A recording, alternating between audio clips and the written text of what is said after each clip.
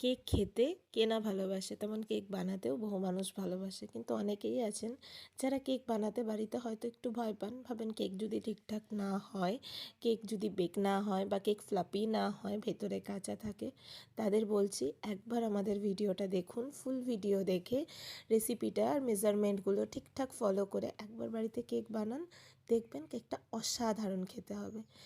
Hello everyone, এভরিটাইম filter চ্যানেলে আপনাদের সবাইকে জানাই স্বাগত। চলুন তাহলে কেকের রেসিপিটা দেখে নেওয়া যাক। ক্রিসমাস স্পেশাল এই রিচ ড্রাই ফ্রুট কেকটা বানানোর জন্য সবার প্রথমেই যেগুলো লাগবে সেগুলো হলো বিভিন্ন রকম ড্রাই ফ্রুটস। আপনাদের কাছে যেটা অ্যাভেলেবেল থাকবে বা যেটা খেতে ভালোবাসেন সেই সমস্ত ড্রাই ফ্রুটস এখানে দিয়ে দেবেন। তার জন্য প্রথমেই বেশ কিছু ড্রাই ফ্রুট এখানে চপ করে নিচ্ছি আমি।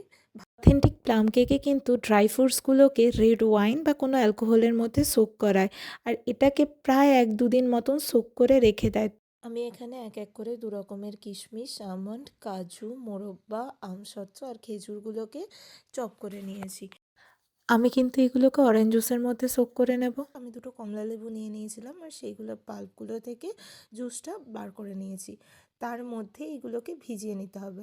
এই ভিজিয়ে নেওয়ার প্রসেসটা একদিন আগে করে রাখলে সবথেকে বেশি ভালো হয়।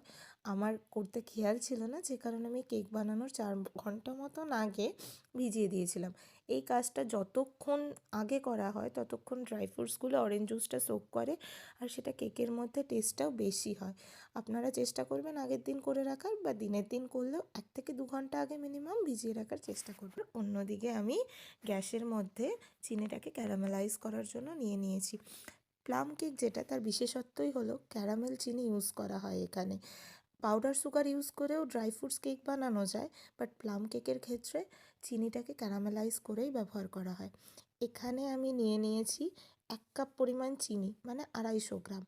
আর নিয়ে নিয়েছি 1 কাপ পরিমাণ গুড়। গুড়টাও আমি এখানে নিয়েছি 250 গ্রাম। শুধু চিনি দিয়েই করা যায়, কিন্তু আমার কেকের মধ্যে খেজুর গুড়ের ফ্লেভারটা খুব ভালো লাগে, সে কারণে আমি হাফ চিনি আর হাফ খেজুর গুড় মিশিয়েই করেছি। চিনিটা ক্যারামেলাইজ করার সময় খুব সাবধানে করতে হবে, পুড়ে গেলে কিন্তু গন্ধটা বাজে হয়ে যায়। চিনিটাকে খুব ভালো করে ক্যারামেলাইজ করার পর চিনিটাকে ঢেলে রেখে দিতে হবে ঠান্ডা হওয়ার জন্য, কারণ গরম কোনো জিনিসই কেকে দেওয়া যাবে না, সমস্ত কিছু রুম টেম্পারেচারে দিতে হবে। এবার একটা বড় মতন পাত্র নিয়ে নিতে হবে কেকের ব্যাটারটা বানানোর জন্য। তার মধ্যে আমি ফার্স্টেই দিয়ে দিলাম ক্যারামেলাইজড চিনি। চিনিটা কিন্তু ঠান্ডা হওয়ার পর আমি দিয়েছিলাম।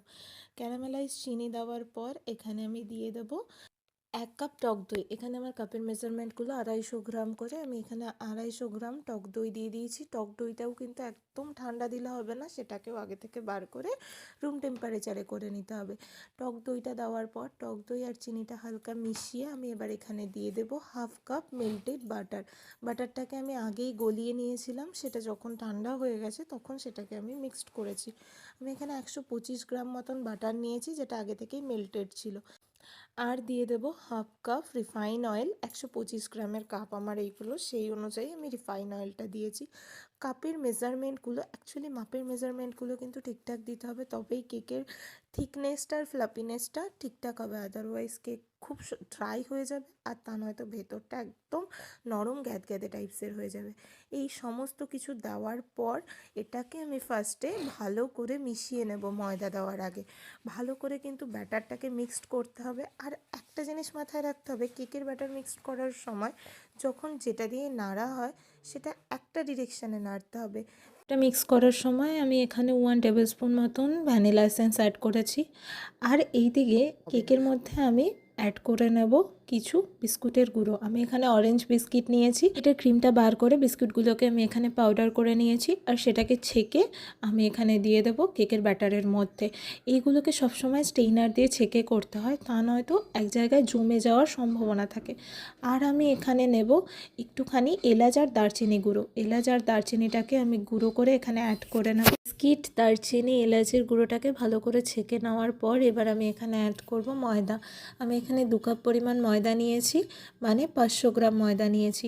আপনাদের যদি 250 গ্রাম ময়দাতে কাজ মিটে যায় তাহলে কিন্তু চিনি আর গুড়ের পরিমাণটা অর্ধেক হবে এখানে, আর বাটার আর তেলের পরিমাণটাও সিমিলারলি অর্ধেক হয়ে যাবে। ড্রাই ফ্রুটসটা আপনাদের পছন্দ মতন, যারা বেশি খেতে ভালোবাসেন তারা বেশি দেবেন, যারা কম খেতে ভালোবাসেন কম ইউজ করবেন।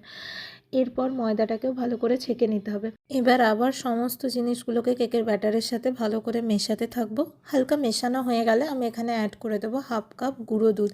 আমি এখানে 125 গ্রাম মতন গুঁড়ো দুধ নিয়েছি। তারপর সমস্ত কিছুকে আবার ভালো করে মিশিয়ে নিতে হবে। মেশানোর সময় ওই জিনিসটা কিন্তু মাথায় রাখতে হবে, সবসময় একদিক বরাবর সমস্ত জিনিসগুলোকে মেশাতে হবে। ভালো করে মিশিয়ে নেওয়ার পর আমি এখানে দিয়ে দেবো 1 table spoon baking powder and 1/2 teaspoon baking soda. Baking সোডাটা কিন্তু খুব হিসেব করে দিতে হবে। বেকিং সোডার পরিমাণ কোনোভাবে বেশি হয়ে গেলে কেক কিন্তু তেতো হয়ে যাবে। আমি এখানে 1/2 টিস্পুন দিয়েছি বেকিং সোডা। মাপটা একদমই মাথায় রেখে দিতে হবে। দেওয়ার পর আবারও সমস্ত কিছুকে ভালো করে মিশিয়ে নেব কেকের সাথে। ভালো করে মেশানোর পর যদি মনে হয় প্রয়োজন যে ব্যাটারটা ভীষণ থিক হয়ে যাচ্ছে, তখন ব্যাটারটাকে হালকা লাইট করার জন্য তবে লিকুইড দুধ। আমি এখানে দুধটা আগে থেকেই ঠান্ডা করে নিয়েছিলাম।